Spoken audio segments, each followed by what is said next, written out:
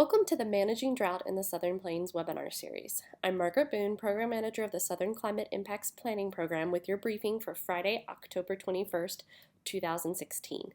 This information is brought to you by the Southern Climate Impacts Planning Program in association with NOAA, NIDIS, and the National Drought Mitigation Center.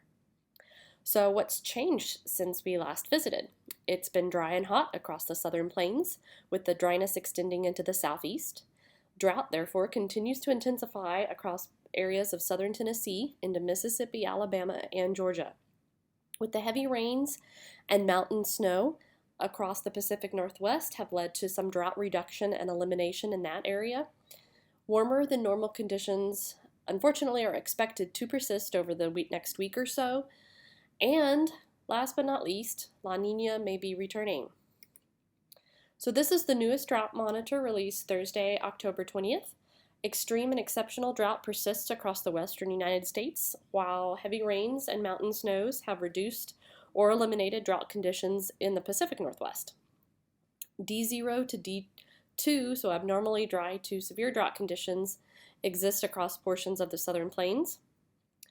The big story, though, right now is the rapidly intensifying drought conditions across the southeast, where a combination of warmer than normal temperatures and less than normal precipitation has led to a large portion of D2 severe drought across Mississippi, Alabama, Georgia, and Tennessee, and D3 to D4, which is extreme and exceptional drought from southern Tennessee into northern portions of Alabama and Georgia.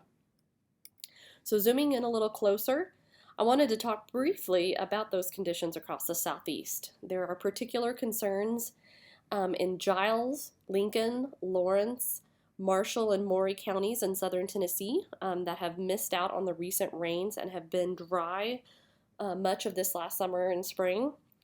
Likewise, the statewide soil moisture in Alabama was rated at 80% short to very short by the USDA. Across other portions of the South, warmer than normal conditions have led to a rapid expansion of abnormally dry conditions, D0, across portions of Oklahoma, Texas, and Arkansas. Heavy rains and mountain snows, as mentioned previously, have led to some drought reduction and elimination in the Pacific Northwest, while extreme and exceptional drought conditions continue to persist across much of California. The impact of the recent warmer and drier conditions across the Southern Plains are very apparent in the upper zone soil moisture map shown here. This is an experimental graphic from the Arkansas Red Basin River Forecast Center. A majority of Oklahoma and Kansas are at least slightly hydrologically dry, while many areas in southern and southeastern Oklahoma into portions of northern Texas and western Arkansas are severely to extremely hydrologically dry. The 5-day outlook, which is valid Friday through Wednesday, shows the expected dry pattern across much of the southern United States to persist. Precipitation is possible across the Pacific Northwest and Northeast. And unfortunately, again, unseasonably warm temperatures are also expected across much of the United States, with temperatures in the southern and central plains between as much as 9 and 15 degrees above normal. The 6 to 10-day outlooks, which are valid Wednesday, October 26th through Sunday, October 30th, indicate those unseasonably warm pattern of temperatures is expected to continue, at least for the next 10 days.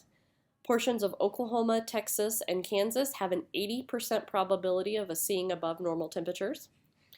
Above normal precipitation is expected across the west coast and from portions of the central southern plains through the Midwest and the Great Lakes. The southeast is expected to continue to be dry, as is a small portion of the southwest. The Climate Prediction Center, CPC, 3-month outlooks were updated Thursday, October 20th. The CPC has reissued the La Niña Watch with a 70% chance of a developing La Niña over this fall.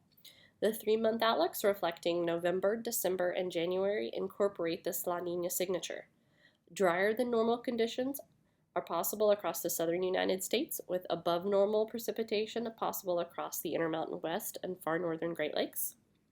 Likewise, with the La Niña signature, the possibility of above normal temperature is possible across the southern half of the United States, Equal chances of above or below normal temperature is expected across the far northern tier of states. The monthly drought outlook was issued September 30th and is valid for the month of October. Drought persistence is expected across the majority of the drought-stricken areas in the west and the southeast. Drought development is also likely across portions of the southeast surrounding that area of persistence. As always, please join us for these briefings. For more information, please visit our SCIP website, southernclimate.org, to register for more information if you haven't already. These briefings will be posted to the SCIP YouTube channel as well as our website. Please like us on Facebook or follow us on Twitter at skip_RESA for more information. We thank you for joining us and have a great weekend.